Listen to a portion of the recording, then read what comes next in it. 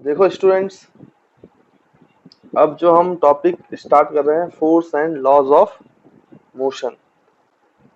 ठीक है, तो ये क्या होता है इसके बारे में हम समझने की कोशिश करते हैं। ठीक, अब होता क्या है कि अगर हम यहाँ पे बात करें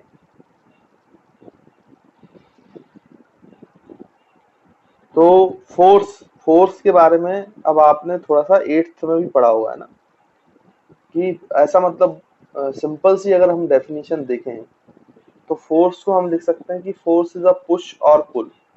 किसी भी बॉडी को पुश करो या पुल करो तो कुछ एक्शन होता है ना, तो उस एक्शन को ही हम क्या बोलते हैं बच्चों? फोर्स बोलते हैं ना।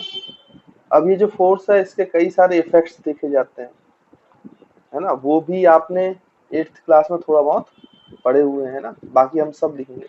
लेकिन यहाँ पर अब नाइन्थ क्लास में हमें थोड़ी इसकी और अच्छी डेफिनेशन पढ़नी है फोर्स की। और ये डेफिनेशन आपको तब समझ में आती है जब हम यहाँ पे बच्चों किसके बारे में बात करेंगे, इनर्शिया के बारे में, है ना। तो सबसे पहली चीज तो हमें थोड़ा सा इनर्शिया को समझना पड़ेगा, फिर आगे हम बात करेंगे, है ना, इसके बारे में। ठीक, तो इनर्शिया क्या होता है कि अगर जैसे कोई भी बॉडी हो, है ना, जैसे मान लीजिए कि आपके रूम में एक ऐसा टेबल रखा हुआ है, टेबल इस तरीके से। अब ये टेबल बच्चों आप देखो रेस्ट पे रखा होता है, कोई भी एक टेबल रखा हुआ है आपके रूम में, आपके घरों में, तो ये पहले कैसा रहेगा? रेस्ट पे रहेगा, ये मूव तो करेगा नहीं, रेस्ट पे ही रहना है इसको, है ना। लेकिन जैसे ही आप इसको पुश करोगे तो इसका मोशन में आ जाता है ना। लेकिन अगर आप इसको पुश नहीं करोगे, आपने कोई एक्सटर्नल बॉडी अगर इसको पुश नहीं करेगी या पुल नहीं करेगी, तो ये हमेशा कैसा रहना चाहता है? रेस्ट में। मतलब ये बॉडी पहले रेस्ट पे थी, और अगर कोई एक्सटर्नल एजेंट इसको आके पुश नहीं करेगा या पुल नहीं करेगा तो भी ये बॉडी हमेशा रेस्ट पे ही रहना चाहती है। तो ऐसी स्टेट बॉडी की जो पहले से है और वो उसी को कंटिन्यू करना चाहती है, तो ऐसी स्टेट को हम इनर्शिया बोलते हैं। अगर कोई बॉडी रेस्ट पे रहती है और वो रेस्ट पे ही रहना चाहती है, वो अपनी स्टेट चेंज नहीं करना चाहती, तो हम क्या बोलेंगे बच्चों कि वो जो प्रॉपर्टी है बॉडी के पास उसको हम इनर्शिया बोलते हैं।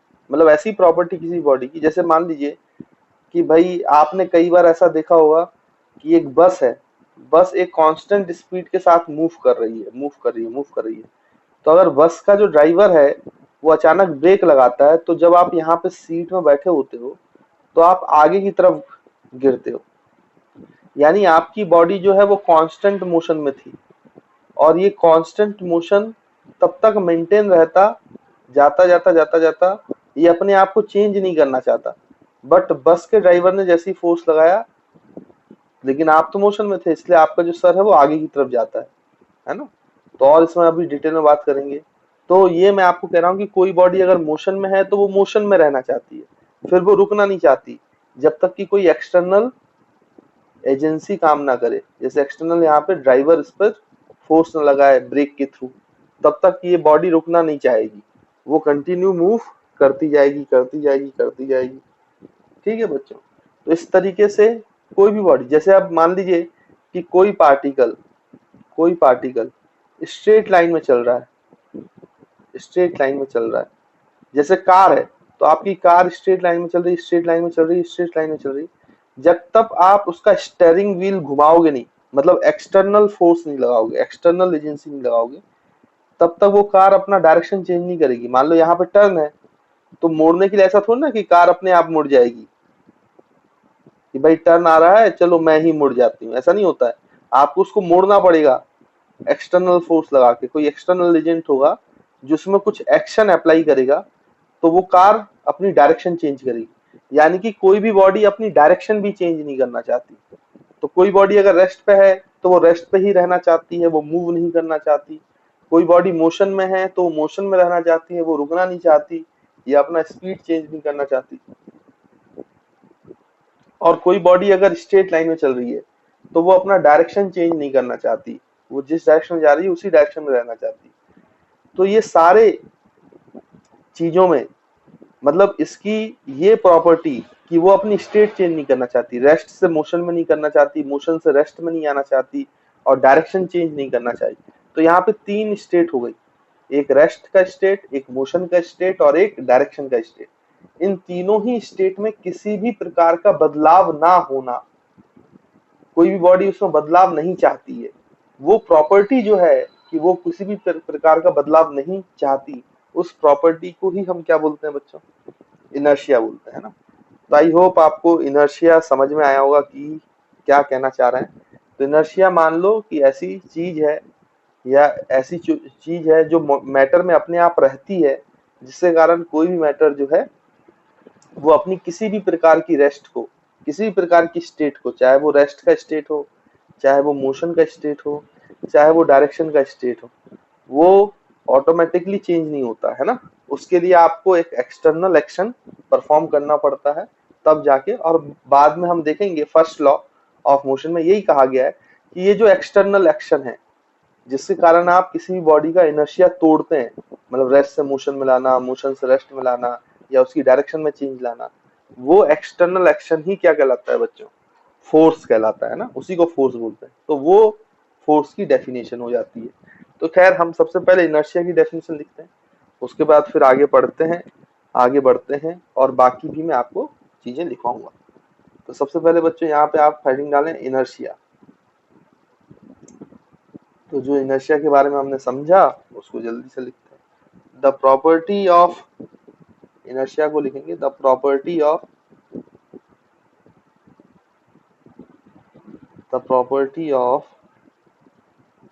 Matter, the property of matter by virtue of which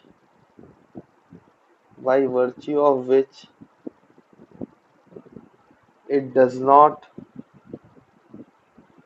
by virtue of which it does not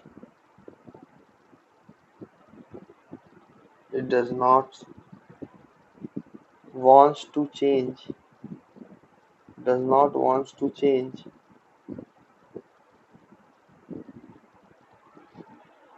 does not wants to change in its state, in its state।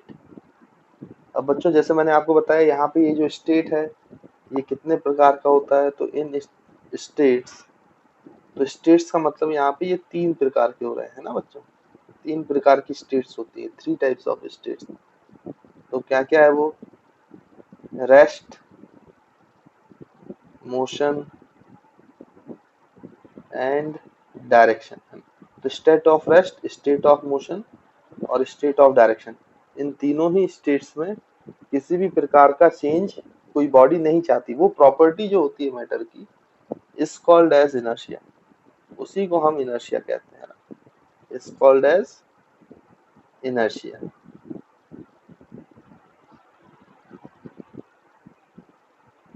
Inertia ना, तो I hope आपको inertia समझ में आया होगा, इसमें कोई दिक्कत है नहीं। तो यहाँ से आप देखो मैंने आपको बताया ना कि तीन टाइप का स्टेट होते हैं, तो तीन टाइप के स्टेट में किसी भी प्रकार का चेंज ना होना, तो उसी को हम क्या बोलते हैं बच्चों, इनर्शिया बोलते हैं। तो अगर तीन टाइप की स्टेट है तो इनर्शिया भी तीन प्रकार के हो गए बच्चों, है ना। तो आप यहाँ पे फिर लिख सकते हो ये जो इनर्शिया होता है ये थ्री टाइप्स का होता है। तो हम यहाँ पे लिख सकते हैं there are three types of inertia, there are three types of inertia. तीन टाइप के इनर्शिया भी होंगे अगर तीन टाइप की स्टेट्स हैं, उनमें चेंज नहीं होना है। पहला इनर्शिया ऑफ रेस्ट है। अब इसमें कहा जाएगा कि अगर एक बॉडी रेस्ट पर है तो वो हमेशा रेस्ट पर रहना चाहती है, वो मोशन में नहीं आना चाहती है, तो ये इनर्शिया ऑफ रेस्ट कहलाएगा, है ना। तो बच्चों फर्स्ट इनर्शिया ऑफ रेस्ट, इनकी डेफिनेशन भी हम थोड़े समय के बाद लिख लेंगे सारी, है ना। इनर्शिया ऑफ रेस्ट, पहले तो हम यहाँ पे थ्री टाइप्स लिख लेते हैं। Second type inertia of motion. अब ये बोलेगा कि कोई बॉडी अगर मोशन में है तो वो हमेशा मोशन में रहना चाहती है, वो कभी भी रेस्ट पे नहीं आना चाहती, है ना। तो उसको हम बोलेंगे inertia of motion. Third inertia of direction, तो कोई बॉडी अगर स्ट्रेट लाइन में चल रही है तो कभी भी अपनी डायरेक्शन चेंज खुद से नहीं करना चाहती है ना, तो वो हो गई आपका इनर्शिया ऑफ डायरेक्शन। है तो तीन टाइप के इनर्शिया होते हैं, inertia of rest, inertia of motion, inertia of direction. अच्छा, यहाँ पर एक चीज और बड़ा इंपॉर्टेंट है, उसको आप ध्यान से देखेंगे, उसको अगर आप ध्यान से देखेंगे तो बच्चों एक चीज हमें समझ में आती है कि अगर ये जो इनर्शिया है, वैसे इसको मीजर करने के लिए हमने कोई डिवाइस नहीं बनाई है कि इनर्शिया कितना है वो कैसे मीजर किया जाएगा। हाँ, लेकिन आप इसको एक तरीके से मीजर इस तरीके से कर सकते हो कि किसी बॉडी का इनर्शिया ज्यादा है कि किसी बॉडी का इनर्शिया कम है, ये कैसे पहचान सकते हो। इसको पहचाना जा सकता है, इसको कंपेयर किया जा सकता है कि दो बॉडी में किसका इनर्शिया ज्यादा होगा।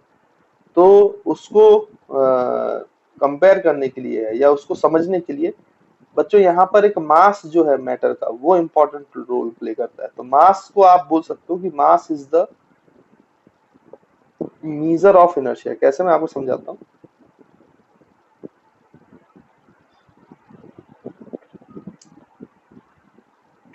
मीजर ऑफ इनर्शिया यानी कि जो इनर्शिया है वो किस बॉडी का ज्यादा होगा, ये हमें मास बताता है उसका। तो inertia is proportional to mass, ऐसा लिख सकते हो आप। जिस भी बॉडी का मास ज्यादा होगा उसका इनर्शिया भी ज्यादा होगा, जिस बॉडी का मास कम होगा उसका इनर्शिया भी कम होगा। सोचो आप कि भाई, कि मान लीजिए आपके पास एक छोटा सा पेबल है, पेबल मतलब पत्थर है ना, छोटा सा कंकड़ है। तो इस कंकड़ को आप ऐसे किक कर देते हो तो ये देखो ये हवा में चला जाता है। ये फुटबॉल है, इसको आप किक कर देते हो तो ये हवा में चला जाता है। कितनी जल्दी अपना ये स्टेट चेंज कर देता है, थोड़ा सा ही आपने उसमें, तो इसका इनर्शिया बड़ा ही वीक था कि आपने थोड़ा सा एक्सटर्नल एक्शन किया और ये हवा में उड़ गया, है ना। कितना वीक वीक इनर्शिया बोलेंगे इस फुटबॉल का है। लेकिन वही सोचो कि एक बहुत बड़ी चट्टान है, इस तरीके से, है ना, बहुत बड़ी, बहुत बड़ा पहाड़ है, चट्टान है। अब जाके आप इसको किक करो, इसका सोचो मास कितना ज्यादा होगा। अब क्या ये हवा में उड़ेगा, बल्कि उल्टा आपका पैर टूट जाएगा। तो इसका इनर्शिया बहुत ज्यादा है। अब इन दोनों में इनर्शिया इसका कम इसका ज्यादा क्यों है, क्योंकि इसका मास बहुत ज्यादा है। तो जिस भी बॉडी का मास बहुत ज्यादा है उसका इनर्शिया बहुत ज्यादा होता है, तो उसमें लार्ज अमाउंट का एक्सटर्नल एक्शन चाहिए, फोर्स चाहिए कि हम उसको हिला पाए। और जिसका मास कम होता है उसका इनर्शिया बड़ा कम होता है। जैसे कि बच्चों टेनिस बॉल, तो टेनिस बॉल जैसी आपके पास आती है तो बच्चे उसको कैच कर लेते हैं बहुत आसानी से, क्योंकि उसका मास बहुत कम है। तो उसका इनर्शिया, इनर्शिया ऐसा समझ सकते हो आप कि इनर्शिया ज्यादा इफेक्टिव नहीं है, वो उसको टेनिस बॉल को तुरंत पकड़ लेते हैं, मतलब मोशन से रेस्ट पे ले आते हैं। लेकिन वहीं पे आप सोचो कि एक दौड़ती हुई ट्रेन है, क्या आप ट्रेन के सामने खड़े होकर ट्रेन को रोक लोगे? नहीं रोक पाओगे, ट्रेन आपके ऊपर से निकल जाएगी, है ना, और आप खुद ऊपर पहुंच जाओगे। तो ट्रेन का इनर्शिया बहुत ज्यादा है, उसको आप इस तरीके से नहीं रोक सकते, क्योंकि उसका मास बहुत ज्यादा है। भले ही ट्रेन स्लो चल रही हो और ये बॉल जो है ये बहुत फास्ट हो, बॉल फास्ट भी होगी तब भी उसका इनर्शिया का इफेक्ट ज्यादा नहीं है। क्यों? क्योंकि उसका मास बहुत कम है। ट्रेन स्लो भी चल रही हो तब भी उसका इनर्शिया का इफेक्ट बहुत ज्यादा है, क्योंकि जो ट्रेन है उसका मास बहुत ज्यादा है ना। तो आई होप आपको इनर्शिया के बारे में चीजें समझ में आ रही होंगी, है ना। और जो इनर्शिया तोड़ेगा, जो एक्सटर्नल एक्शन है, जो मैं बार बार बोल रहा था, इस इनर्शिया को तोड़ता है या तोड़ने की कोशिश करेगा। जैसे आप इस पे खिसका रहे हो, मान लो इसका इनर्शिया नहीं टूट रहा है, रेस्ट से ये मोशन में नहीं आ रहा, लेकिन आप खिसका तो रहे हो। तो अगर आप एक्शन परफॉर्म कर रहे हो और भले ही इनर्शिया चेंज नहीं हो रहा है, तो भी आप बोलोगे कि एक्सटर्नल फोर्स लगा रहे हो, एक्सटर्नल एक्शन लगा रहे हो। तो इसी एक्सटर्नल एक्शन को फोर्स कहा गया। और अगर आपने रेस्ट से मोशन में ले आया या मोशन से रेस्ट में ले आया या डायरेक्शन चेंज कर दी, तो आपने ये एक्सटर्नल एक्शन परफॉर्म करके किया है। इसी एक्सटर्नल एक्शन को बच्चों क्या बोला जाता है? फोर्स बोला जाता है। तो आई होप आप फोर्स समझ रहे होंगे। अब जो मैं फोर्स की डेफिनेशन बोल रहा हूँ, ये फोर्स की डेफिनेशन बहुत क्लियर आपको अभी फर्स्ट न्यूटन फर्स्ट लॉ में मिल जाएगी। तो न्यूटन फर्स्ट लॉ जो है, वो न्यूटन फर्स्ट लॉ जो है बच्चों, वो बड़ा इंपॉर्टेंट लॉ है ना। तो उसको अभी उसको उसमें एक्चुअली में आपका डेफिनेशन ऑफ फोर्स बताया गया है, जो मैं बता रहा हूँ उसी को डिफाइन किया गया है, इसलिए उसको first law of Newton's first law कहते हैं। ठीक है, खैर उससे पहले हमें पहले और कई बातें करनी है तो वो हम देख लेते हैं। तो यहाँ पे आप छोटे सा यहाँ पे पॉइंट लिख लो, बाद में फोर्स को तो बहुत अच्छे से डिफाइन करेंगे ही बाद में। तो यहाँ पे आप लिख सकते हो कि फोर्स, एक्चुअली जो फोर्स है, force is an external action, is an external action action of one body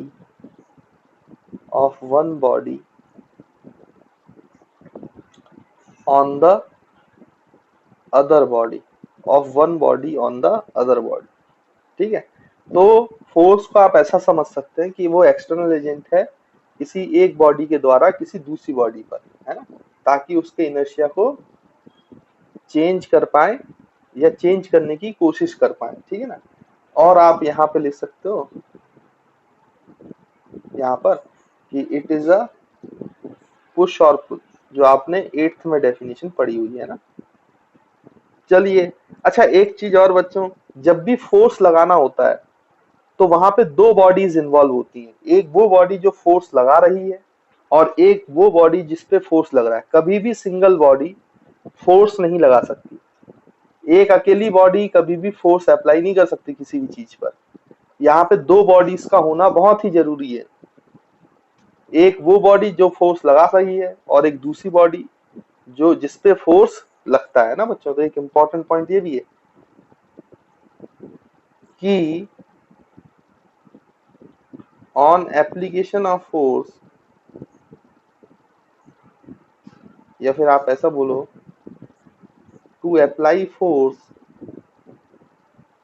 to apply force always two bodies required, always two bodies required।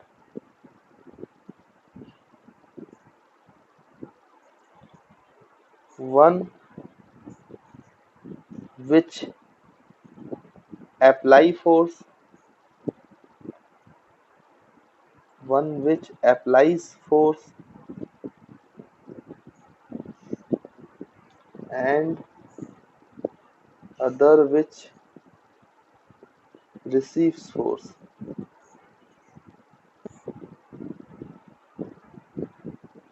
ठीक है बच्चों, आई होप आपको ये भी क्लियर होगा, समझ में आ गया होगा। ठीक, अच्छा एक चीज मैं और बता दूं कि फोर्स लगाने के लिए जरूरी नहीं है कि लिविंग थिंग्स ही हो, नॉन लिविंग थिंग्स भी एक दूसरे पे फोर्स लगा सकते हैं ना। तो ये भी आप याद रखेंगे।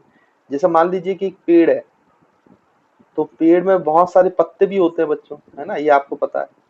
तो पत्ते होते हैं, तो जब हवा चलती है तो ये पत्ते उड़ जाते हैं। या आपके घर में एक पेपर रखा हो और आप फैन चालू कर दो बहुत तेजी से, तो ये उड़ जाएगा।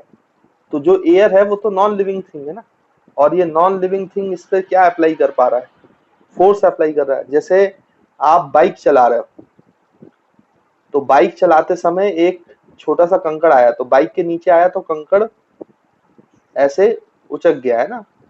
कभी कभी आपने देखा होगा इस तरीके से हो जाता है कि आप बाइक चला रहे हो तो नीचे का जो कंकड़ है वो खिसक जाता है और दूर चला जाता है, तो मतलब उस पर फोर्स लगा क्योंकि वो रेस्ट से मोशन में आ गया। तो अगर ये आया तो इस पे फोर्स लगाने वाला कौन है, बाइक है, बाइक। तो बाइक भी फोर्स लगा सकती है। तो ये सब लिविंग थिंग्स नहीं है, नॉन लिविंग थिंग्स है। तो कभी इसमें कंफ्यूज नहीं होना है, living things as well as non living things both can apply force. तो इस पॉइंट को भी लिख लेंगे हम, living and non-living things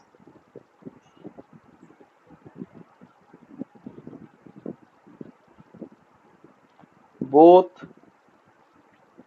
can apply force। तो आपके लिविंग थिंग्स हो या नॉन लिविंग थिंग्स हो, दोनों ही आपका क्या कर सकते हैं बच्चों, फोर्स को अप्लाई कर सकते हैं ना। तो आई होप आपको ये छोटे छोटे पॉइंट्स जो है चैप्टर चालू करने से पहले जो मुझे बताना था वो आपको क्लियर होंगे और समझ में आए होंगे। तो देखिए बच्चों, इसमें और अगर हम पॉइंट्स की बात करें फोर्स को लेकर, तो एक चीज और है, जैसे आपका यहाँ पे बच्चों एक ब्लॉक रखा है, ये टेबल रखा है, तो एक आदमी इस टेबल को ऐसे फोर्स लगाकर इसका रेस्ट जो है वो मोशन में कन्वर्ट करता है। तो ऐसा नहीं है कि आप इस फोर्स को देख पाते हो, इस फोर्स को आप देख नहीं पाओगे, है ना।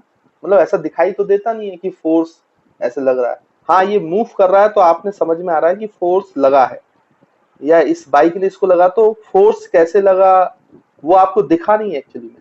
वो फोर्स एक्चुअली में फील होता है, मतलब फोर्स को आप देख नहीं सकते, बट अगर फोर्स लगा है तो उसका जो इफेक्ट होता है, इफेक्ट, आपने जब फोर्स लगाया तो फोर्स को नहीं देख पाए, लेकिन उस फोर्स का जो इफेक्ट था कि उसके कारण ये टेबल खिसका, उस इफेक्ट को देख पाते हो आप, है ना। तो बच्चों ये बात हमेशा याद रखना है कि हम फोर्स को देख नहीं पाते हैं, बट उसका जो इफेक्ट है, अगर वो अप्लाई होता है तो हम उसके इफेक्ट को फील कर पाते हैं, है ना। वहां पर हमें समझ में आती है चीज, है ना। तो इस बात को भी आप यहाँ पे लिख लो कि force can not be seen, force can not be seen, force cannot be seen, but but its presence, मतलब जब ये लगता है तो इसकी जो प्रेजेंस होती है, but it's presence can be felt, तो वो हम महसूस कर पाते हैं, कैन बी फेल्ट, जो इफेक्ट प्रोड्यूस होता है उसके कारण, felt by the effects, by the effects it creates, जो वो इफेक्ट क्रिएट करता है वो हम फील कर पाते हैं, क्रिएट्स, तो हम बोलते हैं कि हाँ भाई फोर्स लगा है। ठीक बच्चों, अब ये जो फोर्स होते हैं ना बच्चों, ये दो प्रकार के भी होते हैं, है ना। फोर्सेस जो है वो दो प्रकार के होते हैं, जैसे यहाँ पे आपने कांटेक्ट करके लगाया है, तो ये जो है ये कांटेक्ट फोर्सेस है, जो बाइक से लग रहा था, टेबल खिसका रहे थे आप, यहाँ पर ये चल रहा था तो इसने फोर्स अप्लाई किया, तो उसने ब्रेक लगाया, तो ब्रेक लगाने के लिए कांटेक्ट करना पड़ेगा, या स्टीयरिंग व्हील घुमाया तो उसके लिए कांटेक्ट चाहिए। तो ये सारे कैसे फोर्सेस से बच्चों, कांटेक्ट। लेकिन आपने कुछ ऐसा भी पढ़ा है कि अगर दो चार्जेस है और अगर वो पॉजिटिव चार्जेस है दोनों, तो वो दोनों एक दूसरे को रिपेल करते हैं, तो इनके लिए इनमें कांटेक्ट होने की जरूरत थोड़ी ना है। ये कांटेक्ट में होते हैं तभी फोर्स लगाते हैं क्या, नहीं। आपने 8th क्लास में पढ़ा है, उसमें कांटेक्ट होने की कोई जरूरत नहीं है। जैसे दो मैग्नेट हैं, तो उसका नॉर्थ पोल और नॉर्थ पोल आपका रिपेल करता है बच्चों, तो क्या उन दोनों में आपस में कांटेक्ट होता है, नहीं, कांटेक्ट नहीं होता है, फिर भी वो फोर्स लगाते हैं। तो एक्चुअली में दो प्रकार के फोर्स हैं, contact force and non contact force. और ये जो नॉन कांटेक्ट फोर्स होते हैं ये तीन तरीके के होते हैं। एक तो ये इलेक्ट्रोस्टैटिक फोर्स है, इलेक्ट्रिक फोर्स हम बोल सकते हैं, ये एक नॉन कांटेक्ट फोर्स है क्योंकि इसमें कांटेक्ट की जरूरत नहीं होती है। Like charges repel each other, unlike charges attract each other. और वैसे ही मैग्नेटिक फोर्स है, तो जो ये मैग्नेटिक फोर्स है, ये भी, इनमें भी कांटेक्ट होने की जरूरत नहीं है। और आपका तीसरा जो फोर्स है बच्चों, वो ग्रेविटेशनल फोर्स है। जैसे अर्थ इस पेड़ पे लगे हुए एप्पल पर भी फोर्स लगा सकती है ना, जो न्यूटन ने महसूस किया था और ग्रेविटेशनल लॉ बनाया था, वो खैर हम अगले चैप्टर में पढ़ेंगे। तो यहाँ से जब एप्पल गिरता है तो नीचे की तरफ गिरता है, तो ऐसा तो है नहीं कि अर्थ ने इस पे कांटेक्ट करके फोर्स लगाया, इनके बीच में कोई भी कांटेक्ट नहीं था, फिर भी ये नीचे आया। तो gravitational force is the third non contact force. तो हमारे नेचर में तीन नॉन कांटेक्ट फोर्स होती है, एक इलेक्ट्रिक फोर्स, दूसरा मैग्नेटिक फोर्स और तीसरा ग्रेविटेशनल फोर्स। ठीक है, तो इस बात को भी यहाँ पे लिख लेते हैं ताकि हमें चीजें याद हो। तो basically on the basis of contact, the जो फोर्स है, मतलब फोर्स को और कई तरीकों से क्लासिफाई किया गया है, वो बाद में देखेंगे, लेकिन on the basis of contact जो फोर्स है वो दो प्रकार की माने जाते हैं बच्चों। एक होता है कॉन्टैक्ट फोर्स, तो कॉन्टैक्ट फोर्स में तो बहुत सारे फोर्स आते हैं, पुश पुल, या फिर ये बाइक का लगाना या स्टीयरिंग बेल का घुमाना। तो मैक्सिमम जितने भी फोर्सेस हैं वो सब कॉन्टैक्ट फोर्स ही होते हैं ना बच्चों। तो उनका यहाँ पे नाम लिखने की कोई जरूरत नहीं है, वैसे उसको तो हम पढ़ेंगे ही। और दूसरे टाइप के जो फोर्सेस होते हैं वो तीन ही होते हैं, लेकिन नॉन कांटेक्ट फोर्स, तो उनको हम यहाँ पे लिख लेते हैं कि वो तीन नॉन कांटेक्ट फोर्स कौन कौन से होते हैं। Non contact force, first gravitational force, gravitational force, second electric force,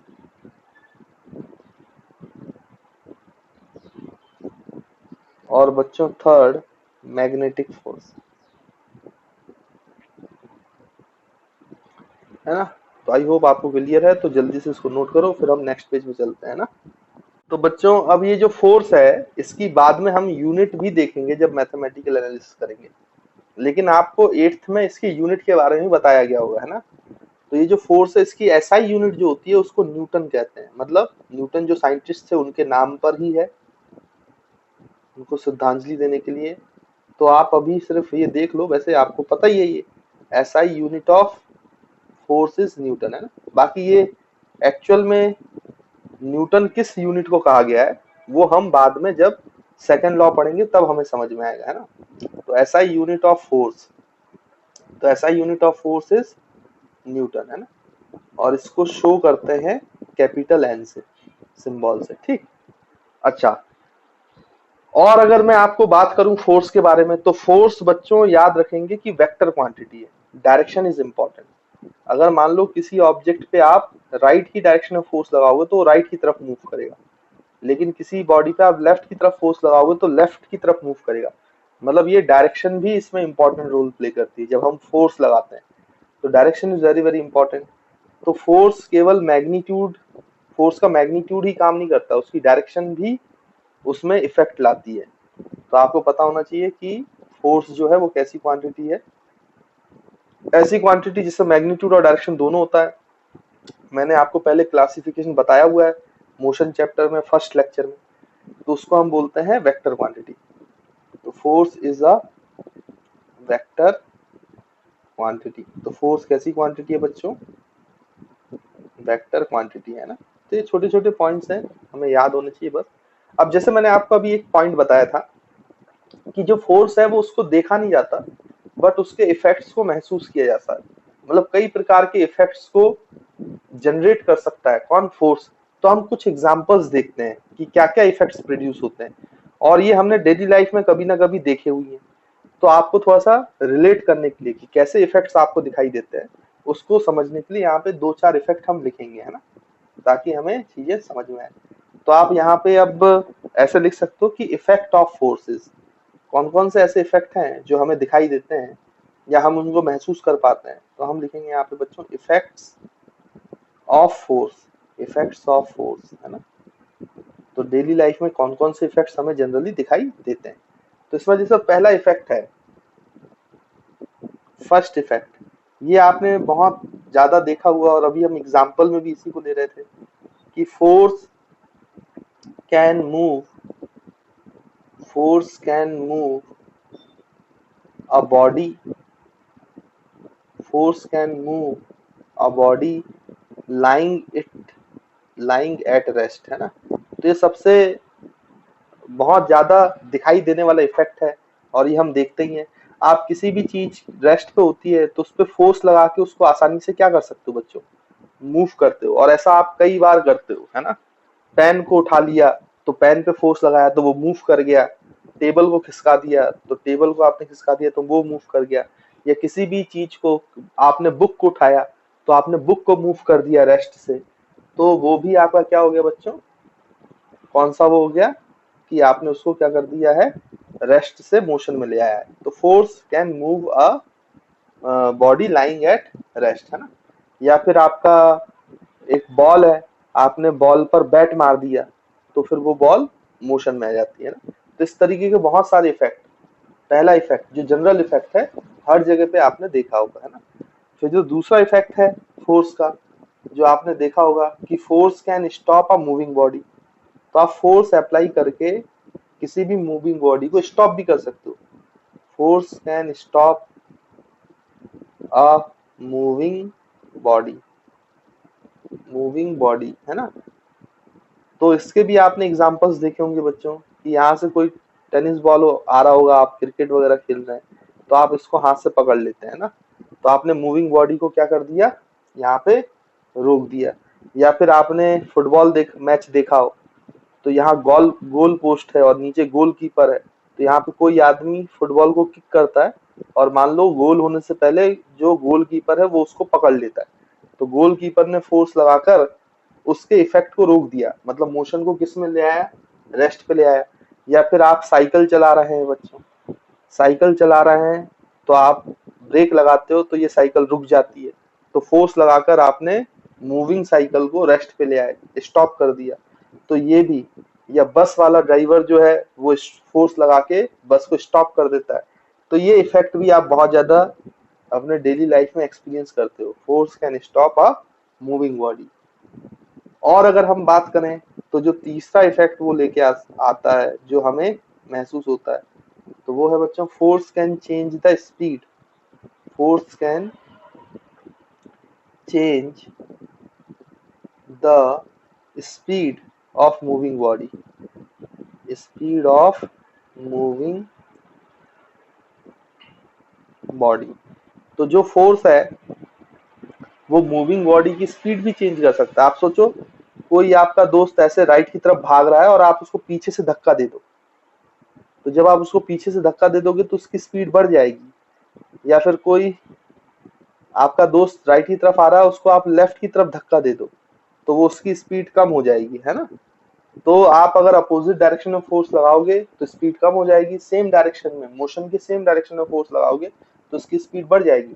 या फिर आपकी जो कार मूव कर रही है उसमें आपने एक्सेलरेटर चला दिया, तो एक्सेलरेटर से उसमें फोर्स लग गया आगे की तरफ, तो उसकी रफ्तार क्या हो जाएगी, बढ़ जाएगी, है ना। तो ये सब एग्जांपल्स हैं कि एक बॉडी जो है वो स्पीड भी चेंज कर सकती है। फिर आपका फोर्थ इफेक्ट जो जनरली दिखाई देता है कि force can change the direction. Force can change the direction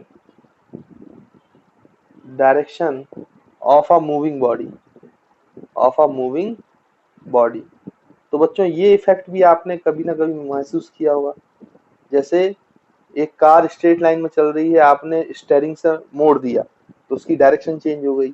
या फिर आप मान लीजिए कि कैरम खेलते हैं, कैरम कैरम बोर्ड होता है, कैरम खेलते हैं, तो उसमें क्या होता है कि कैरम जब आप स्ट्राइकर मारते हो तो यहाँ पे कोई दूसरी जो वो होती है बच्चों, कॉइन होता है, उस पर जब टकराती है तो ये कॉइन ऐसे जाता है और इस स्ट्राइकर का भी डायरेक्शन चेंज हो जाता है। तो मूविंग बॉडी का कॉइन और इस स्ट्राइकर के बीच में फोर्स लगा तो इन दोनों की डायरेक्शन क्या हो गई बच्चों, चेंज हो गई। तो इस तरीके से कैरम बोर्ड में इसका तो बहुत उपयोग किया जाता है, तभी तो आप कैरम बोर्ड खेल पाते हो। तो बच्चों कैरम बोर्ड का स्ट्राइकर और वो उसकी दोनों की डायरेक्शन चेंज हो जाती है। या फिर आप अगर ये डायरेक्शन वाला इफेक्ट ना होता तो फिर आप कैरम बोर्ड नहीं खेल पाते। या फिर कोई भी आपका वो हो बच्चों गेम, उसमें ये बहुत जरूरी होता है, ये इफेक्ट बहुत इंपॉर्टेंट होता है। जैसे क्रिकेट खेल रहे हैं तो बॉल जो है वो सीधी आ रही है, बट अब आपको ऑफ साइड में कट करना है, लेग साइड पे करना है, तो बैट के डायरेक्शन के हिसाब से आप बॉल को डायरेक्शन दे देते हो, तभी तो बॉल जो है वो फील्डर के बीच में जाती है, तो फिर वो चौका हो जाता है ना, 4 रन मिल जाते हैं। नहीं तो फिर ऐसा तो होता ही नहीं, या फिर वो रन भाग सकते हैं। तो बॉल की डायरेक्शन बैट्समैन लगातार चेंज करता है जब बॉलर बॉल फेंकता है ना, ऐसा तो है ही नहीं कि उसी डायरेक्शन में मारता हो। तो ये डायरेक्शन चेंज कर पाता है, इसलिए ये गेम खेल पाते, नहीं तो कोई बैटिंग ही नहीं कर पाता, है ना।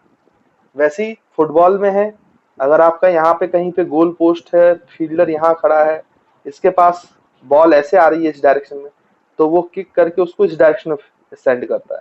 अगर ये नहीं कर पाएगा डायरेक्शन चेंज, ये इफेक्ट नहीं होता फोर्स का, तो कभी गोल ही नहीं होता फिर, है ना। फिर वो सिर्फ सीधी लाइन पे ही गोल पोस्ट होना चाहिए था, तभी गोल कर पाते फिर जो खिलाड़ी है। तो ये बड़ा इंपॉर्टेंट इफेक्ट है डायरेक्शन चेंज करने वाला, है ना। और क्या आपको इफेक्ट महसूस होता है फोर्स के कारण? तो फोर्स कैन चेंज